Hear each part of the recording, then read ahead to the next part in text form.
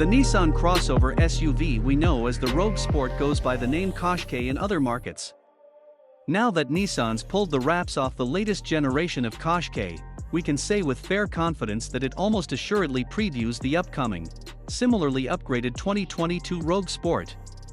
While its name is different, the Qashqai's bodywork will likely carry over almost completely unchanged to the new Rogue Sport, which we anticipate to reach our shores before the end of the year. That's a good thing too, as the Qashqai was and is a particularly handsome little SUV.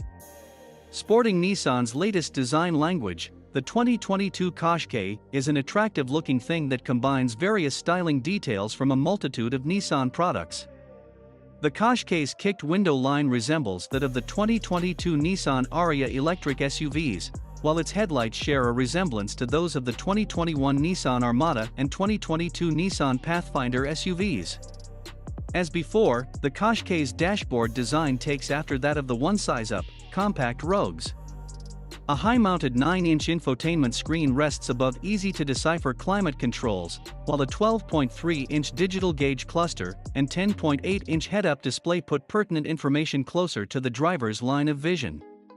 If the 2021 Rogue's feature content is anything to go by, then we imagine an 8-inch touchscreen and analog gauges will come standard on lesser models of the new Qashqai and Rogue Sport.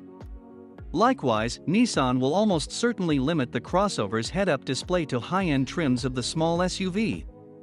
Even though the Qashqai relies on either a turbocharged 1.3-liter engine with assistance from a 12-volt mild hybrid system or an electric drivetrain with a small gas engine on board that serves as a generator, the 2022 Rogue Sport will likely forego these options for a variant of the current model's cheaper and more straightforward 141 horsepower 2-liter 4-cylinder gas engine. We're hopeful Nissan offers the next Rogue Sport with the Rogue's more powerful 181 horsepower 2.5-liter 4-cylinder as an option too. Expect Nissan to share more details about the redesigned Rogue Sport in the coming weeks or months. Look for this small crossover to hit our shores as the next-gen Rogue Sport. On the inside, the influence from the Rogue is immediately apparent. It looks a lot more upscale than the previous generation, with nicer materials and more refined design touches. A 9-inch touchscreen has navigation, Android Auto and wireless Apple CarPlay, and there's a configurable 12.3-inch digital gauge cluster. Other available tech includes a 10.8-inch head-up display, smart home connectivity, and phone as key functionality. The Qashqai is even available with massaging seats. The new Qashqai rides on Renault-Nissan's platform, which also underpins the Rogue and the just-revealed Mitsubishi Outlander. It's 1.4 inches longer than the old model overall, with an 0.8-inch longer wheelbase, and the new Qashqai is also a little taller and wider. Room for rear passengers has increased, there's a lot more cargo space, and the rear doors now open to 90 degrees. It's available with 20-inch wheels for the first time, and models with those wheels or all-wheel drive get a multi-link rear suspension setup. Nissan says the new Qashqai is lighter, stiffer and more fun to drive than the old one. The Qashqai is also available with Nissan's ProPilot suite of driver assist systems. The adaptive cruise control has stop-and-go functionality, and it uses navigation data and speed limit info to adjust speed accordingly, both in a straight line and around tight corners and exit ramps. The Qashqai also has lane keeping assist, rear cross-traffic alert, automated emergency braking that now can detect 2 cars ahead, and a flank protection system that sounds like fancier parking sensors. 2 powertrains will be available in Europe at first. The base engine is a turbocharged 1.3-liter 4-cylinder with a standard mild hybrid system.